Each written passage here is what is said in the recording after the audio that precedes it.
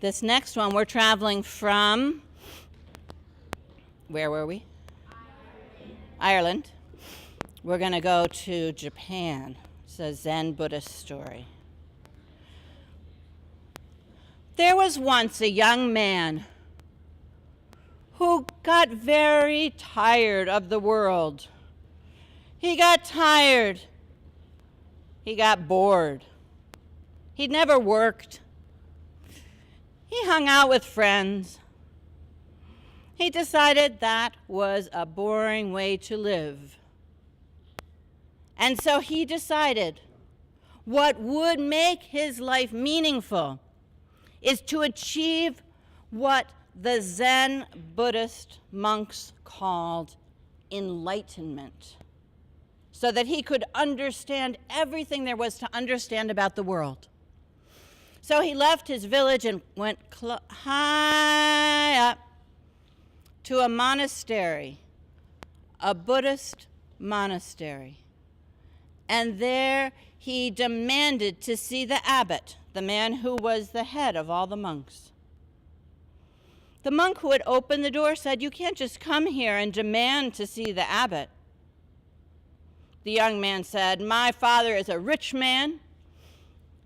The abbot needs to come to me. I have come to see the abbot." The monk went and told the abbot about this young man. The abbot said, "Show him to me." The young man said, "Very well. If the abbot will not come to me and he wants me to come to him, I will go to him."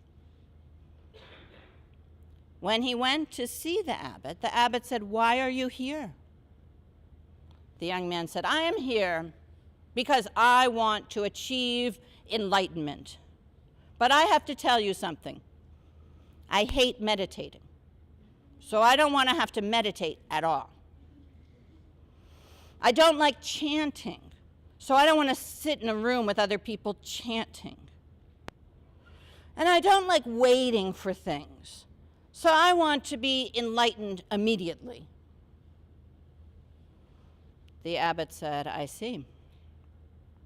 He said, "Tell me, is there anything that you have developed some sort of skill in? Anything that you do especially well?" The young man said, "Well, my father is rich, so I've never had to work. Mostly I hang out with my friends. I'm not really very good at most things, but I am very good at playing chess. I regularly beat my friends when I play chess." The abbot said, "Very well." He called some monks to him, and they went in different directions. One monk returned with a chessboard and chess pieces, and he set them up at a small table. Another monk led an old monk with a wise face into the room. And a third monk entered the room with a huge, sharp sword. The abbot turned to the old monk and said, "When you first came to this monastery, you vowed that you would do whatever I told you to do.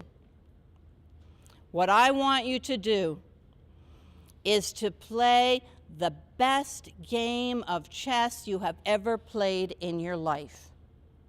Think nothing of your opponent. Think of my words commanding you to play the best game of chess you have ever played. If you lose, I will take this sword and I will cut off your head." The old man went and sat down on one side of the chessboard. The abbot turned to the young man. "As far as I can tell, you have not used your life so far with a lot of thought, but you have learned to play chess. I want you to sit down and play the best game of chess you have ever played in your life. If you lose, I will cut off your head." The young man sat down at that chessboard and he stared at those chess pieces. And everything outside of the boundary of that chessboard seemed to disappear. He was so focused on that game of chess. And he began to move those chess pieces, one after another. And he was so absorbed in the game that it took him a little while to realize that he was going to trap his opponent, that he was going to win that game of chess. Only then did he raise his eyes a little bit and look at the face of the man who is playing chess with him.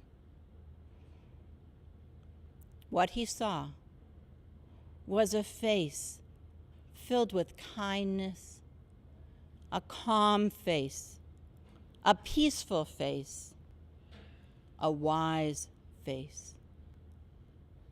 The young man thought, what have I done with my life that would make it right for me to live and this man to die? And so, when he looked back at the chessboard, he began to make foolish moves, moves that would guarantee that he would lose the chess game. After a couple of those foolish moves, the abbot came over to the place where they were playing. He grabbed hold of the chessboard and he flung it so that all the chess pieces fell onto the ground. Enough, he said. And then he turned to the young man. You have just now, in this chess game, learned concentration and compassion. And with those two, compassion, concentration, you will achieve enlightenment.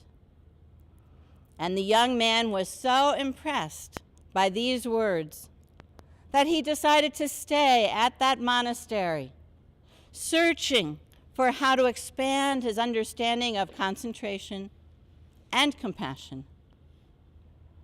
And he was never sorry that he had made that decision.